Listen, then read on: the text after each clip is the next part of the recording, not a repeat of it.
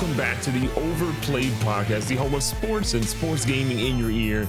If you haven't given us a 5-star rating yet, believe me, one of us may hate you. That person may be Mills, and Mills hating you is something that I'm familiar with every single day of my life. My name is GoodGameBro, and the guy over there that's the biggest Ben Simmons fan I've ever met in my entire life is my co-host Mills. Mills, how are you? I want to apologize ahead of time if you're a Philadelphia 76ers fan, because it's going to get rough this episode for you. We had some conversations on Twitter today that I actually want to expand upon. A Philadelphia radio station posted who they thought a better player was, like a poll, and it was between Donovan Mitchell and Ben Simmons.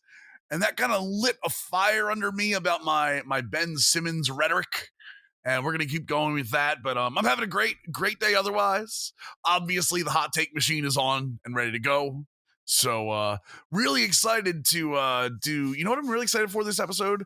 UFC 259 predictions, which should be real easy to do because I think everybody's predicting the same thing. But really excited to get to that. What have you been doing this week, though? What's been going on for GGB?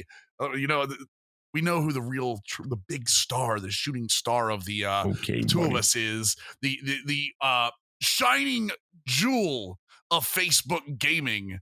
The crowned prince of rare drop sports. Good Game Bro. What is in the life of Good Game Bro this week? That is the worst intro for me I've ever had in my entire life. I'm done with this podcast. I also just want to preface, this is definitely going to be one of those episodes where Mills is on a rant. So Mills is definitely going to be ranting a whole lot today. Somebody decided to play with his mixer today. Great. Fantastic. You know, I waited 14 episodes in. I waited a while. By the way, all of you that have been listening to the podcast right now, you notice how we're actually talking back and forth without that extra second input delay. I just want to let you know the last couple episodes that happened because of GGB not understanding how to work his own podcasting software. Just so we're clear, because everyone wants to make fun of me for my boomer technological skills here. I'm letting you know the reason it sounds better is because I forced GGB to do something and he did it. First of all, you didn't force me to do anything. I looked into it on my own accord. I pressed the button that may or may not have fixed it. You probably jinxed it, and I'm sure halfway through we're going to be talking on a 17-minute delay. So this is all your fault. 17-minute delay? Oh, God, please. 17 minutes of silence from you would be like glory to my ears. Glory, glory, GGB, hallelujah. That's what I need. I need it in my life. But no, but tell me, instead of trying to chide me in your childish ways, why don't you try to tell me what you actually did with your time this week that wasn't devoted to keeping your toddler away from your computer?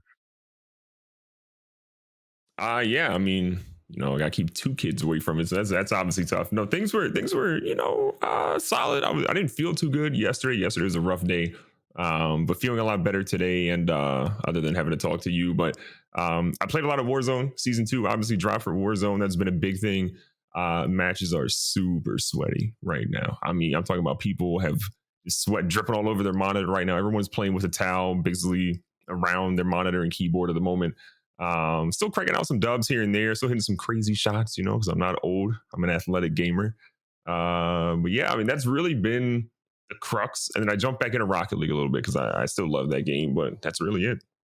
Speaking of Rocket League, you see today, the owners of Rocket League, Epic Games, took over acquired Mediatonic Studios, who are the creators of Fall Guys. Big moves for Epic Games. I know a lot of people are always split on the fact we've got so many different launchers for so many different games at this point.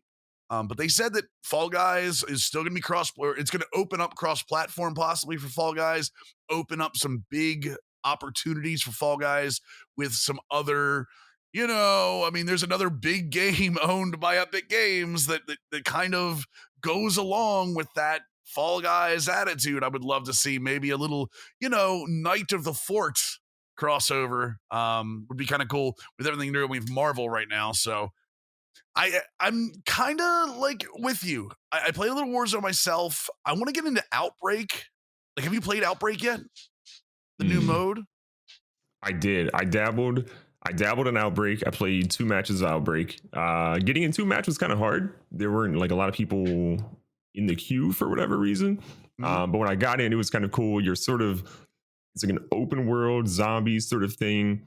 There's some weird machines. There was one with a dragon that was like, I don't really know what was going on, but it was shooting out fire and zombies were around. And I was like, pew, pew, pew, pew. And I was knocking all the zombies out. I played with a kid who apparently thought this was a real life military thing. And he was a little too into it for me.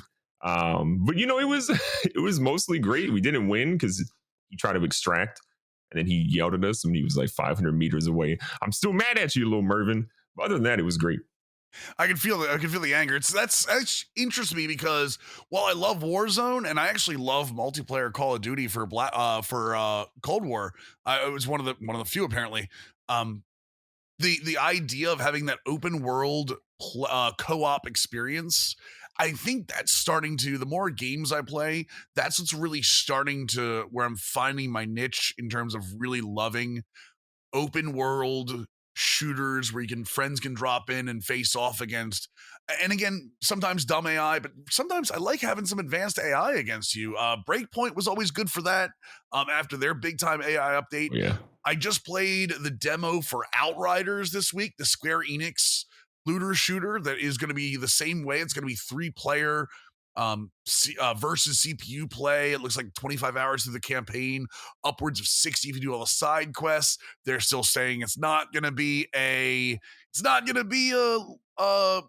open-ended game. They're saying that game. Yeah, they're not going to be a live service. They're being very clear that they want to stay away from the live service words. There's no way this game doesn't go live service, especially if it hits well. It looks like it's doing very well with content creators, and that's normally a pretty good like vibe on what a game's going to do. I saw a bunch of big creators really enjoying it in that kind of space. I'm enjoying it because it's about aggression. It's about, you don't sit back and shoot, you get life back by defeating enemies, which is really cool. That's like a nice little niche to go on, and it's kind of post-apocalyptic. Feels like if you took like the Division 2 and crossed it with Gears of War. So, and immediately that Gears of War feeling is what draws me because I love Gears of War. Gears of War is one of my favorite single-player, multiplayer, like all time. I love that stuff. So, very bloody. It was a lot more adult than I thought it was going to be. So between that and the My Team content, has been fantastic for NBA 2K21 recently. Today they dropped Spotlight All-Star Sim challenges, which is 100 games, but all the rewards are Pink Diamond and Galaxy Opals. For those of you that are uninitiated, those are some of the best cards in the game right now. There's like a John Wall Galaxy Opal, Brandon Roy, all the way back to Sydney Weeks. I mean, you're talking about 7'11" wingspan Sydney Weeks from back in the day. Like, they do a really good job of instituting that fantasy feel at the same time, giving you enough content to kind of go on. And it's the current gen or last gen version, whatever we're referring to it, is going on Game Pass this week as well.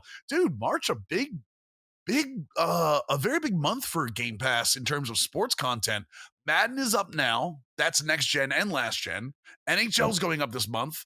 NBA 2K last gen is going up this month. Kind of a big overall. Game Pass really swinging it out of the park for this. Funny enough, the baseball game is not what they have. That's value in gaming. Yeah, 100% is. I will back that up. I really believe that. Some of these between Game Pass or like Ubisoft Plus, I talk about all the time. Some really, really good values that we're starting to get in these gaming spheres. Really hope that continues because there's too many games coming out. So, but agreed. But our week is culminating, almost you could say climaxing tonight together. I'm vomiting. So it's climaxing with This Week in Sports. Let's start it off with JJ Watt this week announced that he has agreed to a 2-year deal with the Arizona Cardinals out of left field. Off the top rope, elbow to the entire NFC West.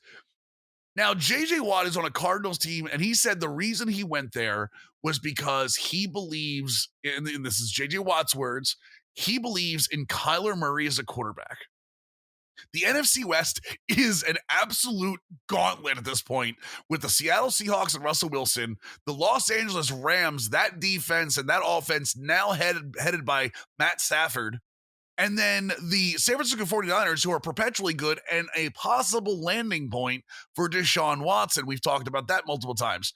What's your take on JJ Watt going to the Cardinals and the immediate impact he has on that division? I like JJ Watt. I think JJ Watt is from what we know, again, we only know but so much about, athletes, celebrities, whatever. From what we know on a topical level, I think JJ Watt is a good human being. I will give him that. I think JJ Watt also is one of those people that will tell you about all the great things they're doing or all the things that they're doing to cover up what a true motive is. JJ Watt's true motive here is not to win an NFL championship.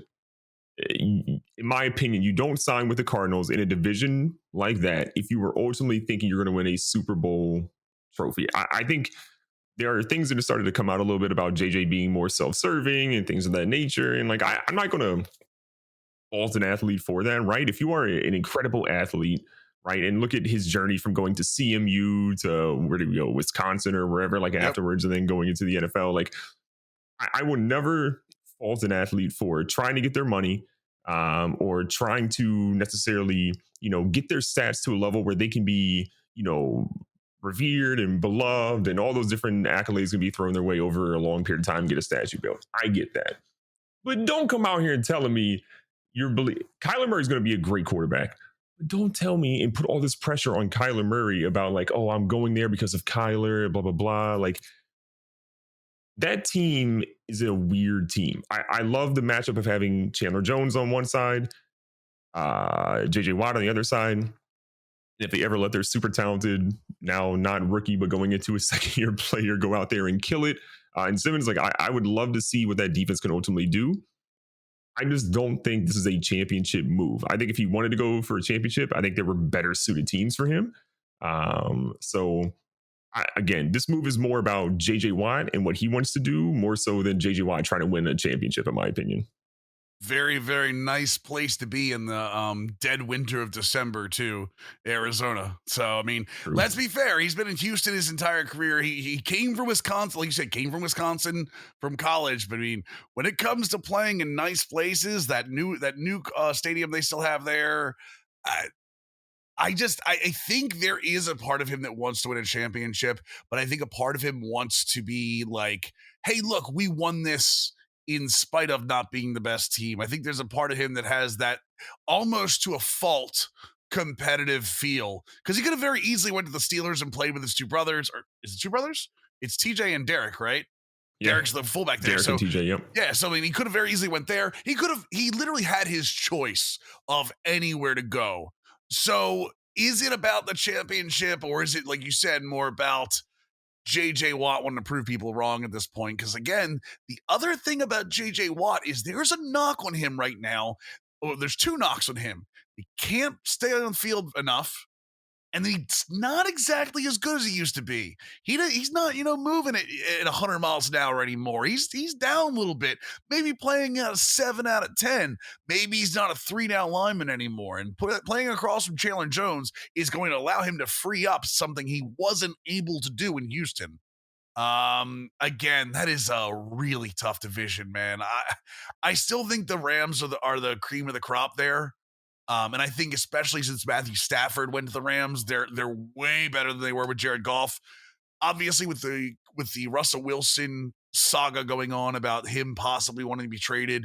And again, the 49ers, if the 49ers don't make a significant move at quarterback, they're maybe a fringe playoff team, especially in that division. If they get Deshaun Watson, things change. Honestly, if they traded Nick Bosa, we talked about this before, but Nick Bosa, give him another defensive player and some draft picks for Deshaun Watson, they're probably the winner of the NFC West and a top 2 seed in the NFC. Yeah. So I don't think you're wrong in that. Yeah, so we'll see what happens. It's gonna be interesting to see who they draft to. I think they're gonna lose Hassan Reddick probably to another team. I don't think they're gonna be able to pay him after this, so which sucks because that's a really good young defensive linebacker for them. So NBA time. The All-Star weekend is coming up very, very shortly. As in this weekend. So the dunk contest has been announced. The 3-point contest has been announced. We talked about the rosters last week. This week, let's talk about this dunk contest. You call it a dunk contest, or we call it a layup contest for the people who are in it, honestly. So we have Obi Toppin, rookie from the Knicks, Anthony Simmons, and Cassius Stanley. First of all, only 3 participants. Second of all, honestly, not exactly the biggest names. And then that's not saying the dunk contest has always brought out the biggest names, but there were some big names that also bypassed this contest as well. Are you hyped for the dunk contest? I'm I'm not. Look, Stanley's my guy. Again, go Duke. I'm always gonna root for a guy that comes out of Duke. He also has like a 40 some inch vertical. If I'm going, I think people probably recognize Obi Toppin's name the most. Obi Toppin's gonna get probably the most pub coming out of, or coming into this. Stanley is my pick. Simmons is a solid kid from like a donkey perspective, but he's not as flashy as Stanley. I've seen Stanley throw himself an alley oop, catch it, go underneath both legs into his butt, and then dunk on the other side. Like for a dude who's not super tall, he is incredibly athletic, and he is by far my pick. The 3-person thing kind of kills me. Look, this is going to be during halftime of the All-Star game, and they got to fit in the 3-point contest as well. You're trying to sort of just like do like a, hey, we did it sort of thing. And this will be a dunk contest that is probably forgotten, I think, very quickly. Probably similarly to, what's his name? Buddy, the guy that won the 3-point contest last year. Buddy Hield.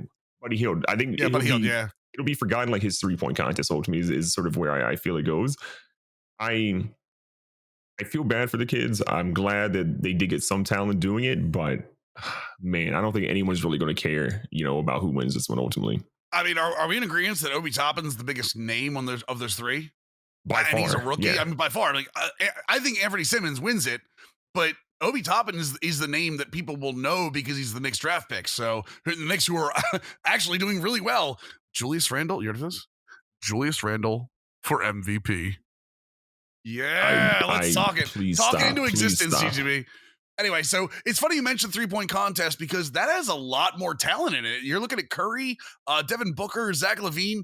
Zach LaVine is in the 3-point contest, but not the dunk contest. Like, son, go get yourself a dunk. He doesn't want to be known as a dunker. I agree. I get it. But you're getting Jaylen Brown, Jason Tatum, and Donovan Mitchell all are in the 3-point contest. A much more appealing contest, even though it's, I mean, the dunk contest is where the flair is. Everyone shoots threes these days. I mean, okay, put a rack there with nobody there. Show me somebody throwing the ball around their head 3 times or dunking over like Taco Fall. That's what I want to see. Yeah, look, the 3-point contest is going to be interesting. I go back and forth in this. I think Booker is going to come out winning this one. Obviously, Booker and Curry have both won one previously. I think Curry's going to have a good show. I don't think Curry makes the finals in this. I think you got to be in a different sort of like mindset for this. And I think Curry's doing it more as like a favor to the NBA, in my opinion.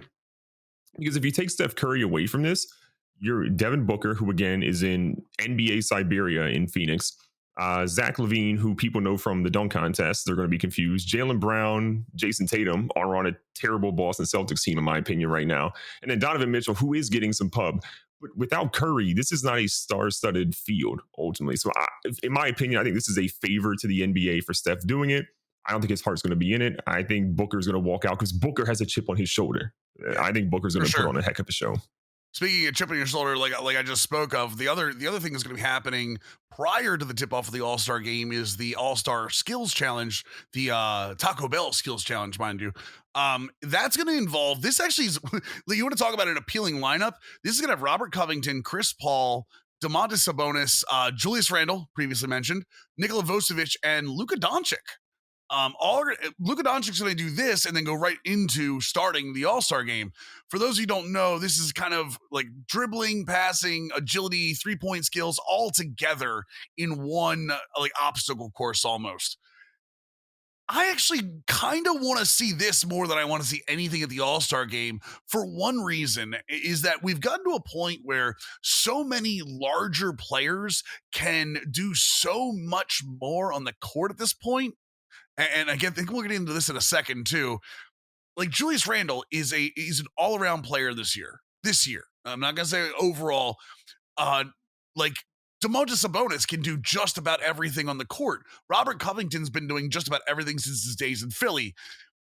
But the big thing here for me is, yes, Luka Doncic is probably the favorite, but Nikola Vucevic The starting center for the Orlando Magic is going to be in this and is going to do very, very well because he's a skilled ball handler, he's a skilled 3-point shooter, and he has just about everything, and he's 7 foot tall. Like, where are we getting these monster athletes these days? Yeah, to me, this is the only thing Orlando wins all year long. Yeah. I think he wins the skills contest. I don't think Luka does very well. I think Luka probably loses in the first round. He has a back issue, which I think people are downplaying right now. Luka has had back problems. You're seeing this sort of manifest itself. I don't know why Luka is playing in this and playing in the All-Star game. I think they're going to limit his minutes of time, but I think Luka is going to do a lazy man's effort, not a lazy man's effort, but he's going to do like a 50% effort, do his best. But again, they're trying to preserve his back. So I don't think Luka goes very far at all. I wouldn't be surprised if we don't see Luka a whole lot in the All-Star game either, honestly. One of the things that you're right, you mentioned this with Curry being in the 3-point contest, is Luka's the face right now. Mm-hmm. Luka, well, if you want to say one of, but Luka is one of the big faces of the NBA right now for that new up and coming youth class. He has to be on the front of so much more.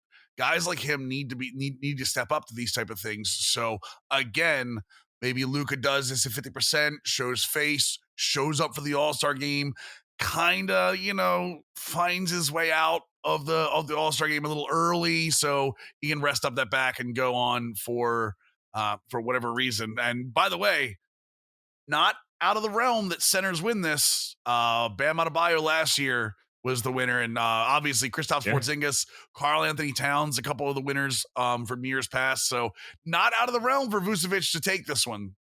Just give me real quick. Let's go. You said Simmons. Obviously, we agree on that. 3-point. You think 3-point contest is going to be Devin Booker? I'm going to take. I think Mitchell wins it. I really like Mitchell's stroke right now. I think he's getting hot at the right time. I think he's feeling everything he shoots. Skills competition. Who do you take here? Yeah, and just for clarity, I said Cassius Stanley for dunk contest. I'm going Stanley for dunk contest, Booker for 3, and then I know you're fine, and then Vucevic for skills contest. I think I'm going Vucevic too, just because I want Vucevic to win. Like just one of those things. You love to see big guys do that kind of stuff. So also in the NBA, with the All-Star weekend upon us, soon after that, the trade deadline is going to happen. Talk to me about what team could possibly benefit the most from a trade. I will give you one off the bat, and that is the Philadelphia 76ers. The Philadelphia 76ers need a shooter. The Philadelphia 76ers need a shooter bad. Because Joel Embiid is only going to last so long. That's already starting to happen. The Nets are within a half a game as we record this. The 76ers have a very interesting problem. They have a point guard who's technically a power forward who is, in my mind, as we spoke about earlier, very much overrated because he's very large at the one. He's the biggest one in the entire league right now, but he can't shoot. Like, he has no shot. He has no mid-range shot, no 3-point shot, doesn't even attempt them. How can the 76ers maintain their stranglehold on the top of the East with the Nets knocking on the door? I mean, there's no way without shooting. You're 100% right. This has been a Philly problem for a while, right? We saw this going on in years prior when they had Landry Shamet, and they're like, hey, you know what? Sending you out of here, JJ Redick, and then they sort of let him go. Like they have had shooting problems for a consistent number of years, and they have, instead of stockpiling shooting talent, they have dwindled down severely on that. And you're right. When you get into playoff time, the number one problem they're going to run into is Joel Embiid is a much better shooter than their point guard. But Joel Embiid is going to be used best in the postseason when things slow down in half-court offense, and they're using him in the 10 feet and within range. What's going to happen is they're going to sag off Ben Simmons because they don't need to worry about him shooting, and they're going to start doubling Joel Embiid in the easiest double team that's ever been initiated in playoff basketball since probably, I don't even know when. They have to go out and get some shooters. There are going to be guys that they can go out there. I made fun of Buddy Hield in the 3-point contest earlier. That's a dude that I'm sure is going to be available. I think you're going to see, I'm not saying he's a shooter and he won't work out for Philly, but like there's going to be a lot of big names, I think, available this year because teams are going to be trying to cut. Houston is going to be on a fire sale. They have the third worst record in the NBA, I believe, right now. Right. Houston is going to be selling any and everything they basically have right now. PJ Tucker is probably going to get bought out or sent over to LA. Like, guys are going to be flying. I just think there's going to be a higher price to pay for shooting talent at the deadline this year, which is crazy to me. Your teams are going to be overpaying, but I think they almost have to if they want to get that talent. I fully agree because there are teams like the Nets that need shooters this year. The Nets are legitimately, with Kyrie and Durant, are still going to need another shooter on the floor. Don't be surprised if they start trying to find anything they can to ship out to try to get more help there. Miami technically needs another shooter.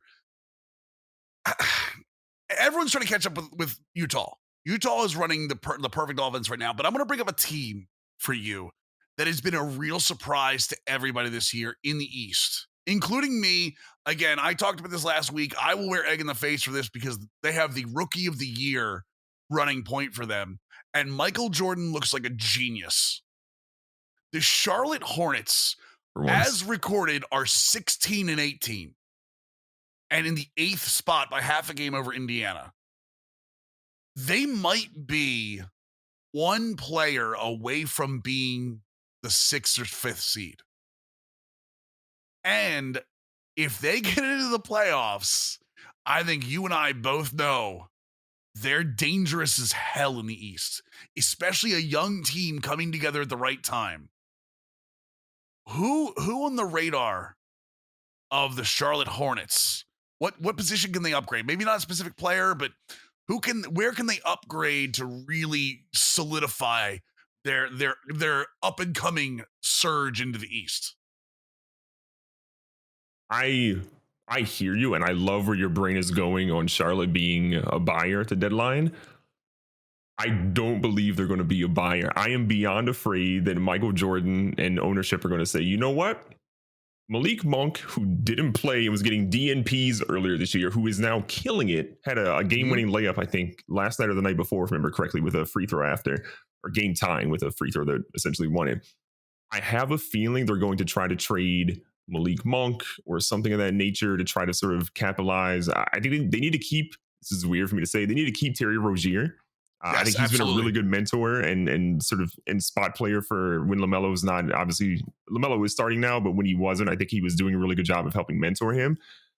I just feel like they're going to sell Malik Monk, and that is not great. I would kind of love, and this won't happen again, but I'd love to see Oladipo play with that roster. I think Victor Oladipo would give them a level of toughness. He would give them a slasher, another player that sort of LaMelo can play off of really well. He complements LaMelo where he's going to be able to move around and let LaMelo be more freeform. But Oladipo's not a great shooter. And I think, again, you're seeing the trend of teams are valuing shooters more than anything else. So I don't think Oladipo's going to fit there. I honestly don't know who they can get, though, with how their management doesn't want to overpay. Like, I just don't know who they can get. I'm with you. I honestly don't know of too many players that are going to be out there. Maybe, and I bring this up very cautiously, and I agree, not at the expense of Malik Monk, by the way. This kid is growing. He's 3 points a game over where he was last year. He is growing. He's about the same assist-wise. He's growing as a rebounder. He's growing as a playmaker. He's doing all of the right things for that offense and for that defense. He's actually skilled defensively as well. They're a little small. I almost want to see a guy, and you mentioned him earlier. I'd love to see a guy like JJ Redick on that team. I'd love to see a guy that they could just like park out around the 3-point line and let LaMelo, let Terry Rozier, let those guys work and kick out, man, because there's enough talent on that Charlotte squad to maybe post like a second rounder to somebody for JJ Redick.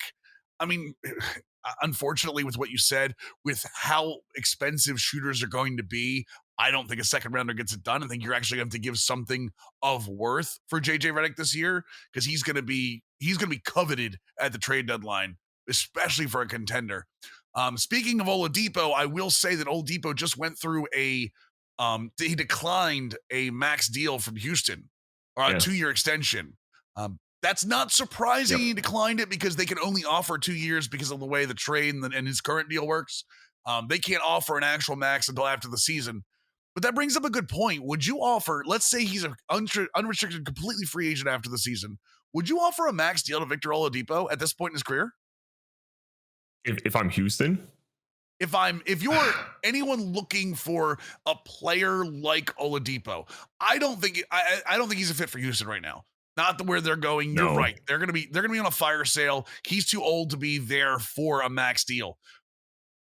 But I mean, for a team looking for like that third player, maybe that is he a third superstar to a championship squad at this point in his career? I love Oladipo. I really do love Victor Oladipo's game. One of my favorite players when he came out. Loved him in Indiana. I don't see Victor Oladipo with what his contract is going to demand being that fit for a roster without having to give up max players back. Like a team I could see him working really well off of would be Atlanta. Like him and Trae Young would be really fun to watch. That could solve Atlanta's desire to get rid of John Collins and sort of a contract and then get back sort of draft picks from Houston and that, because Houston obviously is going to be loaded on draft capital now. This is, again, funny to say to me. Oladipo is the perfect player to max out if you are a team that cannot get free agents to come there, right? You want to talk about Oh no! If you're in Indiana, this is the perfect player for you to max out, right? Because he just came from a place where free agents won't go. Exactly. So the other team that screams that could possibly max him with the way they're working would be Milwaukee. They could bring him out to Milwaukee to play next to Antetokounmpo and have nobody that can shoot anymore. Good God. I just feel like he's going to end up in Cleveland somehow, and they're going to trade like Jared Allen, Drummond, and something else. Who knows? But it's just, you know where he'll be next year. It pains me to say this because they played really well their last few games. I can see him being a pop guy in San Antonio. And I don't know if they would max him. I don't know if they'd max him, but Pop could be that guy that convinces him to come there and play Spurs ball because he matches that offense and that style so well. Which sucks. Again, they're the 5th seed. Sure. They're exceeding all expectations right now with they're running Murray's 4 guards. A stud. Dude, they're running 4 guards a lot of the time. They're running 4 guards in LA at center, and it is the most fun I've had watching the Spurs in years. But I mean, they're 18-13 right now, but Oladipo does still kind of fit that style. So let's talk about money on other sports right now. So the NFL cap time's coming. All right. And the Reaper doesn't wait. There are teams in significant cap issues right now. We saw Golden Tate was released by the Giants today. He's going to help some team a lot who needs a number 2, number 3 receiver. Green Bay is currently 15 million over, talking about restructuring their crybaby at quarterback. Aaron Rodgers, sorry, the hatred spews. Listen, the dude's a crybaby. Come on, he is what he is. That's why we talked about it before. That's why they drafted Jordan Love. There's a reason you draft a quarterback in the first round, because you don't trust your quarterback. So, talk about some of these cap casualties that have happened so far this week, and there are plenty more getting ready right on the cusp. So, talk to me about that. Yeah, I mean, Kyle Van Noy is the big one that sort of sticks out right now. And, I was watching Pat McAfee on his show, and they had a feeling, and, Pat McAfee, obviously being a former NFL player, punters are people too, talking about sort of, they had a suspicion that Kyle Van Noy basically maybe got told that he was going to be, traded or something of that nature. And he sort of took it negatively and maybe leaked out that like, hey, you know what? They're cutting me. And then once that leaks out, it's sort of a spot where the NFL team is now like, crap, okay, we've lost all value for him. We have no trade value because now everyone's thinking we're going to release him. And we're trying to do a last minute trade thing. And Van Noy is really trying to control his destiny. I don't blame him, because that dude wanting to stay in Miami before they started having this resurgence a little bit, right? Like he was really a guy that was like buying into that culture before they had proven out what they were essentially doing, was showing a lot of promise. Mm-hmm. I don't blame that dude for wanting to control his own destiny. And I have to imagine Van Noy is not going to end up very far from where he is now, right? I think he's going to go to Tampa. I don't know if that's north or south of Miami. I think that's north of Miami. But I imagine we're going to see Kyle Van Noy on a solid deal over there, very small money deal because he had good guaranteed money, at least some good guaranteed money left over from the Miami deal. And he'll be trying to help the Tampa Bay Bucks repeat. Yep. That just feels like the right move. You mentioned the Golden Tate one. That was a huge one that kind of shocked me. Like, he's not who he was 3-4 years ago, but still, that's a big receiver that's going to help out a team. I have a feeling he'll probably end up in Dallas. You never know, but I can kind of see that working. Kyle Rudolph getting dropped today, or either getting dropped today or on the cusp of being dropped today. Right. Quan Alexander, I'm pretty sure he's going to be gone as well. The one that people were talking about today kind of blew my mind, which if you're a Madden player, you know this name. Anthony Barr from Minnesota would be an interesting one. And I think could then... User God, the 6'5" user God. Mm-hmm. There's some interesting ones out there. I really think what's going to happen is I think next week is the date that you'll have the official cut date. I think that's going to be where we start seeing shocking players. Like, I don't think that players we've seen so far in Van Noy and Golden Tate, they will not be the most shocking names I think we see come next week. So a couple of names that are on the cusp with some big numbers attached to them. We just talked about this. Jimmy Garoppolo is a $24 million salary cut off the cap if they cut him. No way. I'm just saying, like, if you end up getting like maybe a Deshaun Watson, you're not getting Russell Wilson within the division, but if you're starting to look at Deshaun Watson, dude, that I want to see Deshaun Watson go to the 49ers just to watch that division implode on itself. Yep. Also some names with pretty big numbers attached to them. Jarvis Landry for the Cleveland Browns is sitting at $11.8 million on the cap. The Texans have Brandon Cooks at $12 million on the cap. Texans looking to get rid of players. I mean, that's a big number. That's a big number. So, and the thing with the Browns right now is you've got Jarvis Landry with that cap number, but you also have Odell Beckham Jr., who might net you some real value back in trading him away. The Browns might look completely different on offense next year. Obviously, they're going to have Nick Chubb. They're definitely going to have Baker Mayfield back. That run game is no joke. They may look completely different on the outside, and to their benefit, because guys like T. Higgins and guys like that looked really good this year. Maybe they don't need OBJ. So yeah, it's going to be really interesting over the next couple of weeks, especially with some a pretty deep draft class, quarterback wise, wide receiver wise for sure. And just in general, it's going to be really cool to see some of the moves that happen. So last but not least, in This Week in Sports, we talked about this earlier. UFC 259 is this weekend on Saturday night, I believe, or Saturday. Is this a day one? I think this is Saturday night, right? 7 p.m. Yeah. I think it's 10 p.m. Eastern, so it's a normal time. So Otasanya has decided he wants another belt. And who's going to stop him? Let's be honest. Jan Blachowicz is the champion in the weight class. What weight classes did he move up to? He moved up to, help me out here. There you go. Light heavyweight.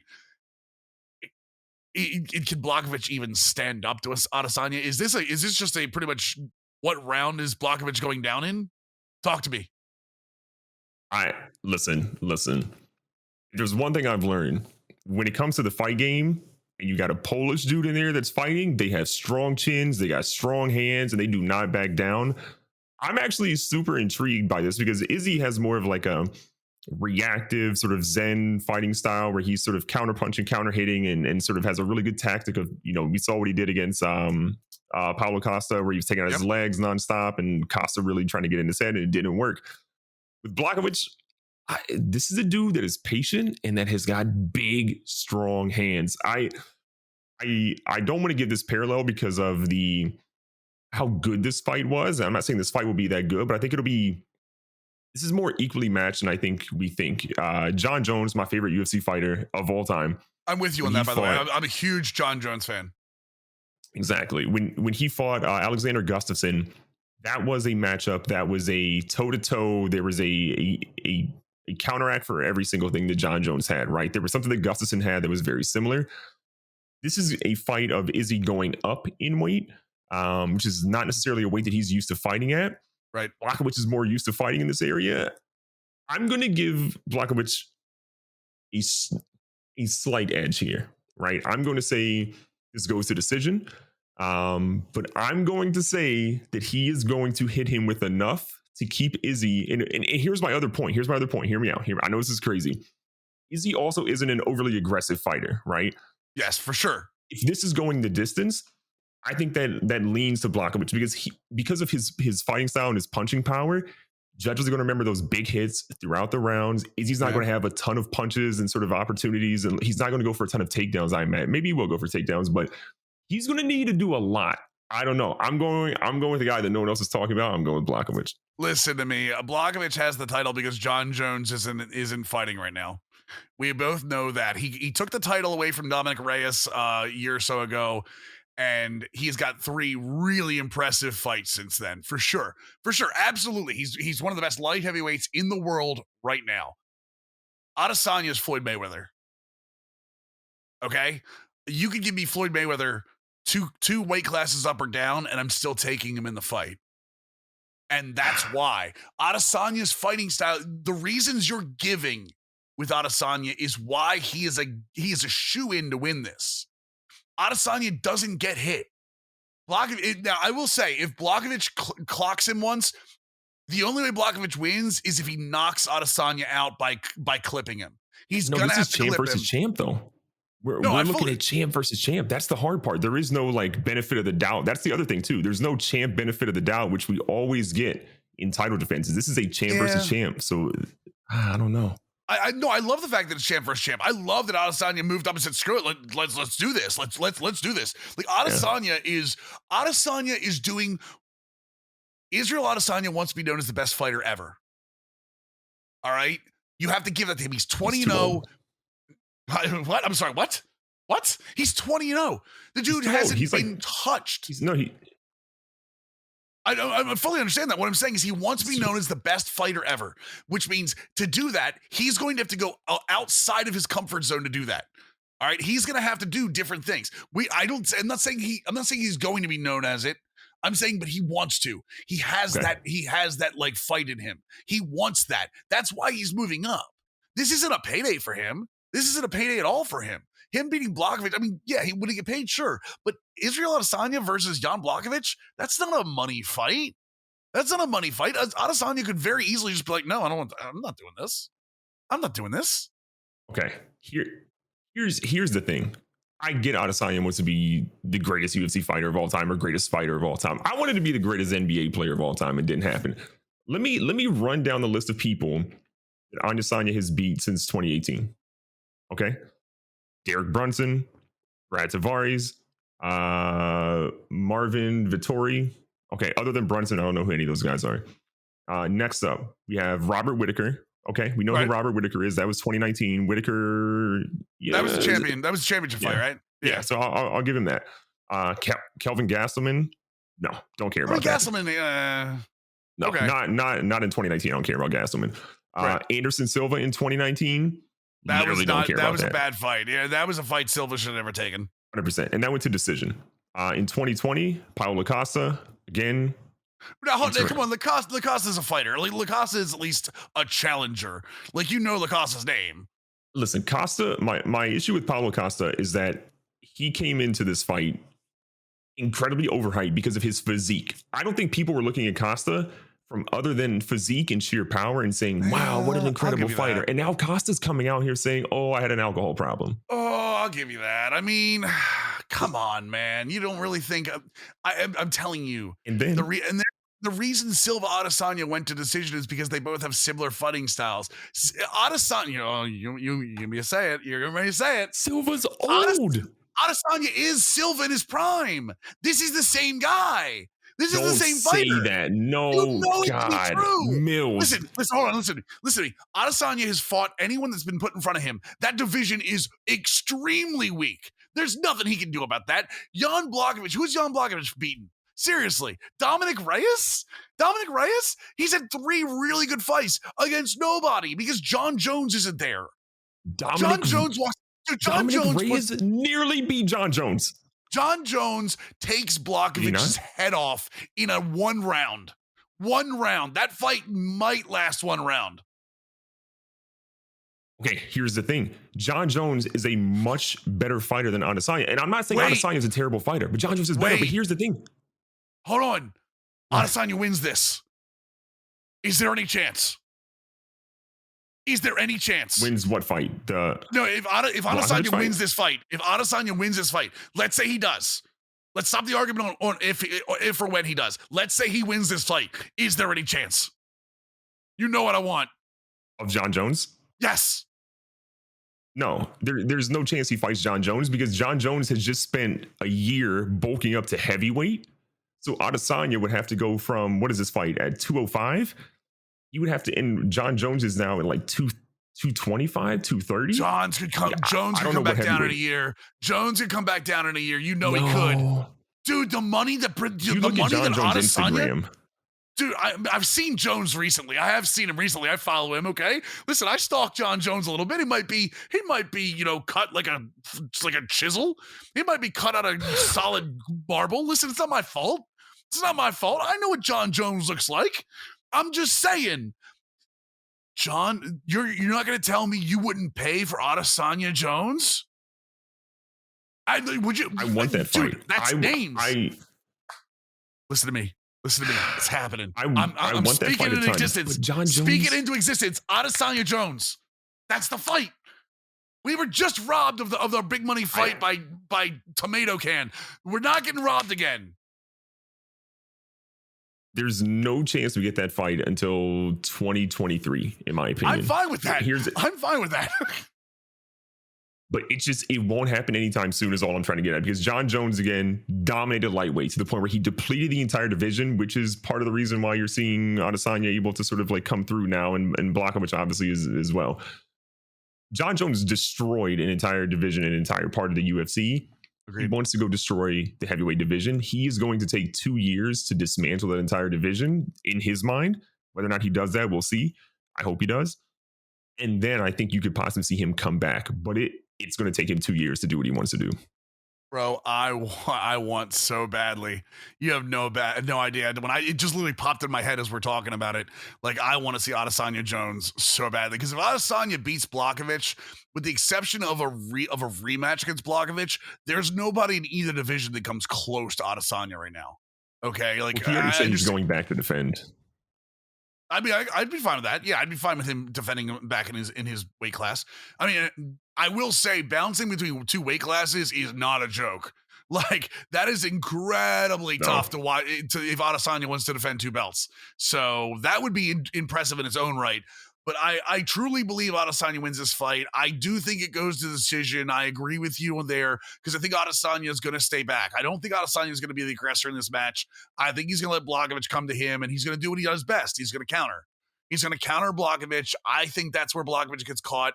I think Adesanya is going to win on points, because that's what Adesanya does. I told you, he's Floyd Mayweather. He wins on technical. That's just what he does, man. It's so... I'm excited for the fight. I'm excited for the fight either way, because it's Adesanya, man. I love watching Adesanya fight. So, and you're right. Sure. It's big Polish Jew with big Polish hammers. That's how can you not like that?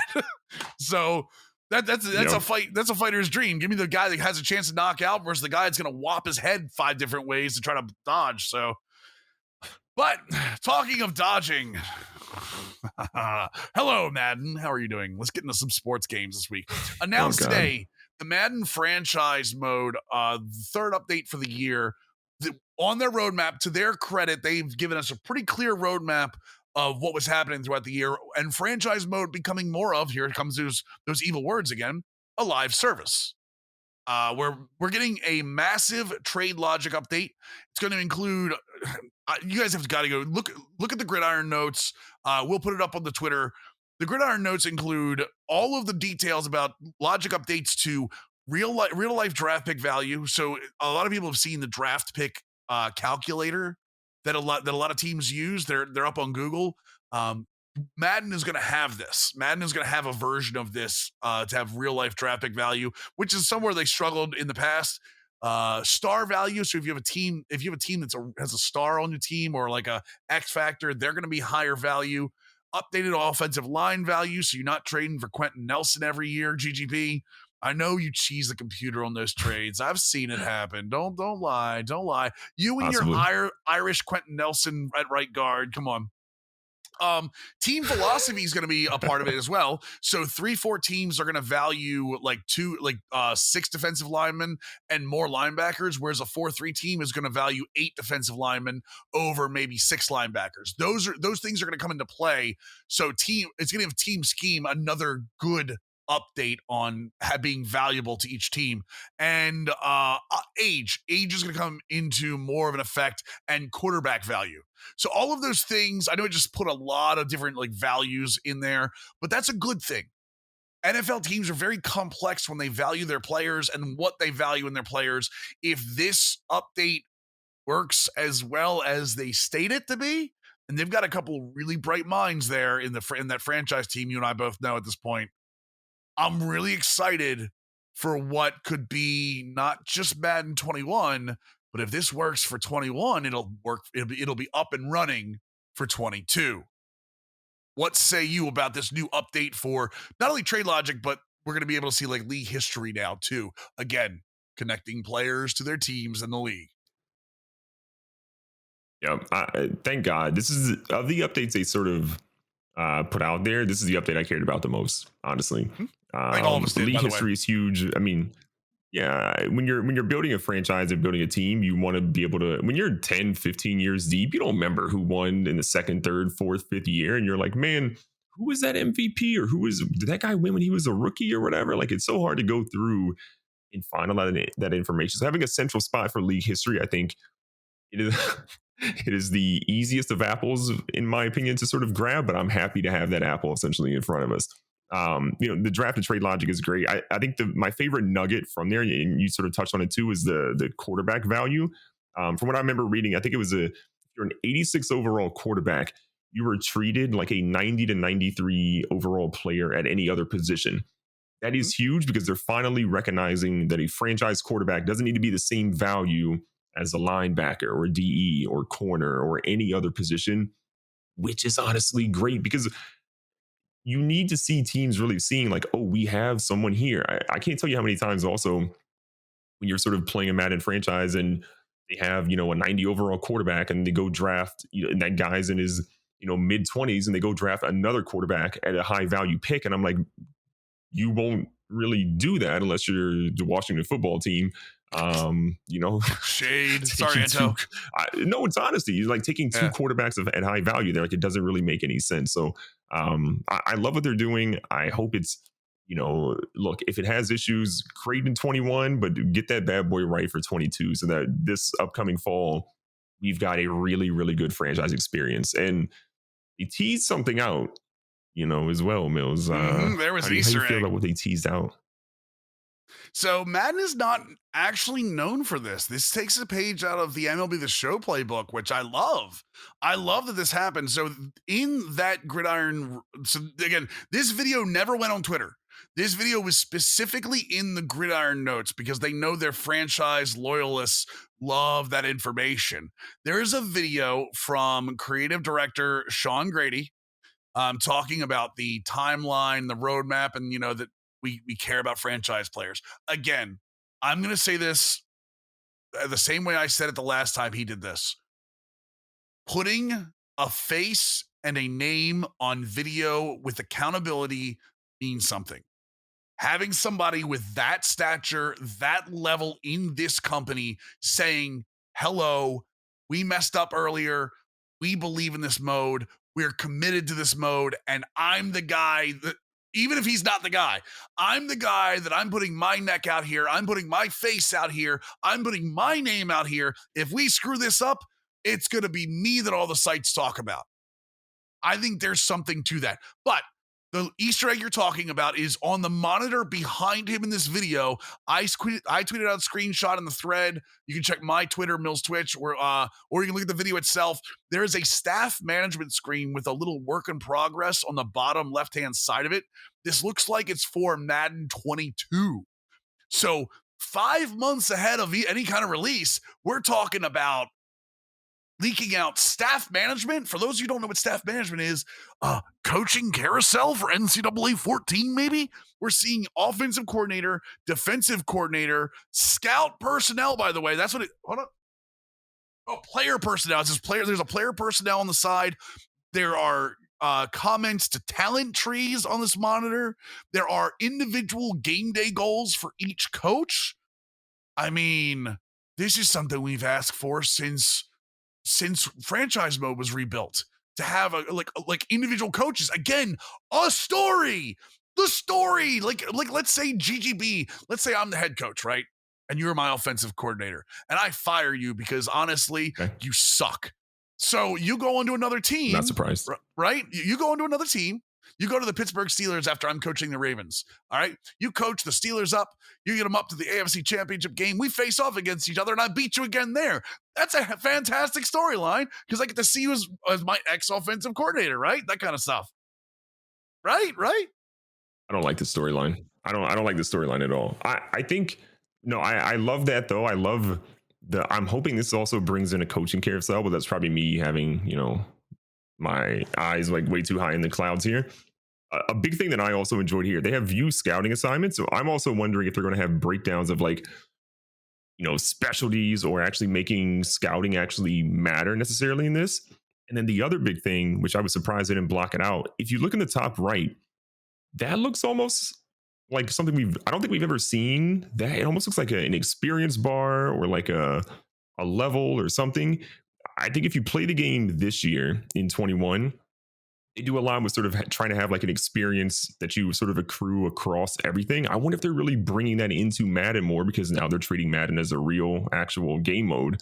And maybe giving us something different than we haven't had there. But I'm 100% here. I want coaches to matter. I want me to go. I want to be able to go out in the offseason and fire Mills, the created version I maybe have in Mills in my franchise. So I can fire him after year one to go get a legit defensive coordinator, or to go get a really good offensive or head coach that has a specialty on offense or on defense, or bring in a guy on special teams that is now going to matter, or to have a guy on special teams that doesn't matter, and then to see my guys fumbling or not blocking or having penalties on that side of the ball.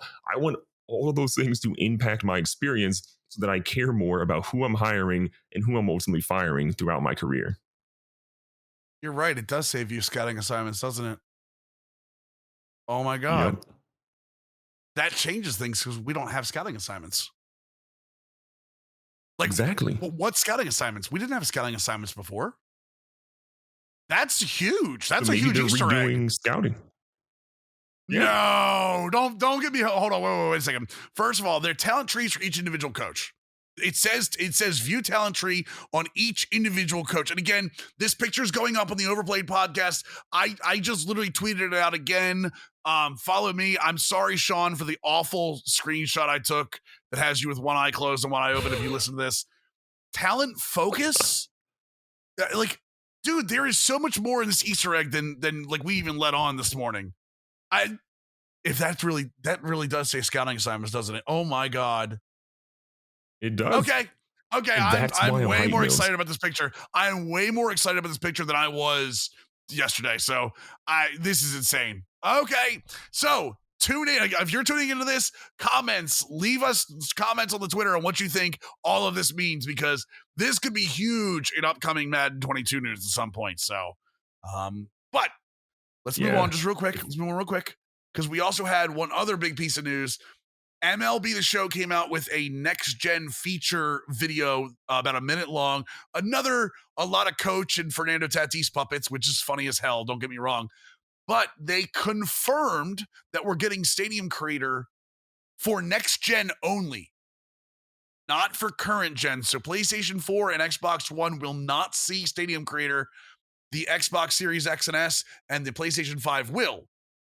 Now that it's official, what does that mean not only for franchise mode, but for the game itself?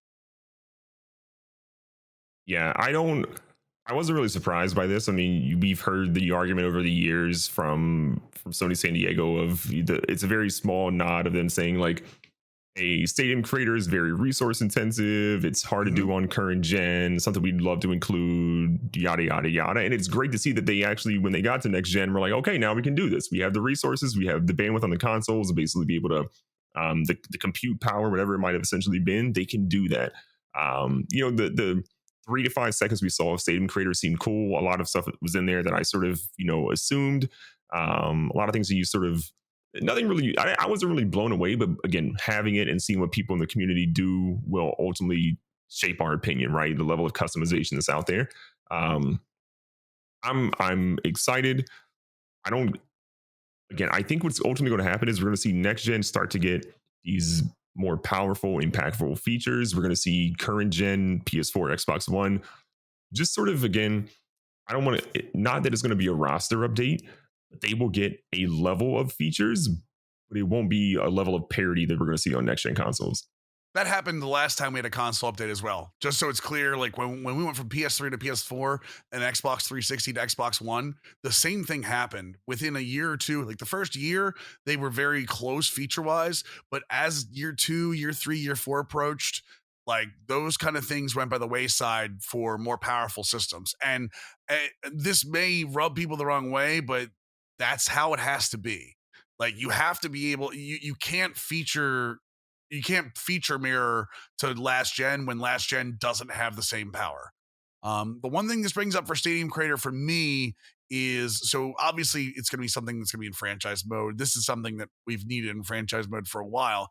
I'm curious if this hinders it going into Diamond Dynasty, simply because MLB The Show is completely crossplay. You're able to play PlayStation 5 to Xbox One, Xbox Series X to PlayStation 4. Like you're able to crossplay the entire way. So if you have Create a Stadium in the next gen consoles, my guess is that you could probably download the assets and not the actual tool in last gen. But is that too much to program in? Is that something that, like, is that not going to be in Diamond Dynasty because of this? Is it going to be limited in Diamond Dynasty to specific things? Like, I think a lot of people really want to customize their Diamond Dynasty Stadium. I do think people would get over it if that's not a part of it. But do you think that's going to be a roadblock in Diamond Dynasty? That's a really good point. I'm leaning towards the side of it will be a part of Diamond Dynasty, and it'll be sort of what you alluded to of when you create your when you create your stadium, creating it in franchise or creating it in Diamond Dynasty, kind of like what 2K does, right? You can create them in the separate modes. You can do them exactly the same, but you can't sort of port them between the two. But I think it'll be, when you create it, it's sort of created as an asset card. I think you'll have to sort of probably go through, unlock the ability to create your stadium on next gen, like you do in NBA 2K's My Team. And then once you sort of have the arena creator, the stadium creator here, you'll have it. It'll be a card associated with your team, which then makes it an asset, which then makes it so that anybody that you're playing against can see it, can be in it, but they just won't have access to the tool. So I think they'd be crazy not to have Stadium Creator in Diamond Dynasty, because it's going to make that crowd go crazy with all the features they can essentially put into it. Especially with them going to a brand new set of consoles and having a more renewed focus on allowing single player or multiplayer that we talked about last episode, of really wanting to get everybody accessed into that mode. I'm with you. I really hope we see it in Diamond Dynasty. I think that's an awesome thing. We've talked about this before. Hey, I might suck at the game, but I'm going to look damn good doing it. I think when it comes to baseball stadiums, I think that's a big part of it too. We talked about this earlier on DMs. We're going to have Overplayed podcast logos in like our My Team stadiums because NBA 2K allows that. That's one of the things that I'm working on that I want to get in there, or like rare drop like logos and stuff. You can customize whatever you want in NBA 2K, and it really does make My Team feel more like and again, there's some annoyances to it. Don't get me wrong. You play on like some weird like rainbow court, like you can't even see the ball half the time. But when you go into a really cool court and you see like the GGB logo, right? Like those kind of things are awesome to really attach yourself to the mode. So I hope so, man. I really hope we see that. Would be really cool. But that's it for us today. We've got no more. Like, that's the news for the week. And GGB, do me a favor. Can you wrap us up like a professional for once? I'll try, you Put giant big boy voice. Ben Simmons fan. Your big boy voice. Ladies and gentlemen, Okay. I hate everything here. Yo, great episode. Hi, ladies and gentlemen, welcome back to the Overplayed podcast. I mean, come on, like put the bass back. Where you used to have bass in your voice at one point in your life? I know you had bass in your voice. I've heard. There it is. There it is. That's the one I want. Overplayed podcast. End it like that. This You is the better, Overplayed please. podcast. Thanks for listening. Next week we'll talk about how bad the All-Star weekend was. We'll see who got cut from a cap casualty standpoint, and we'll see who won in UFC 259. My name is GoodGameBro. That's Ben Simmons. That's Mills. We'll see you on the next one. Bye. Ciao, Mervin. I hate everything.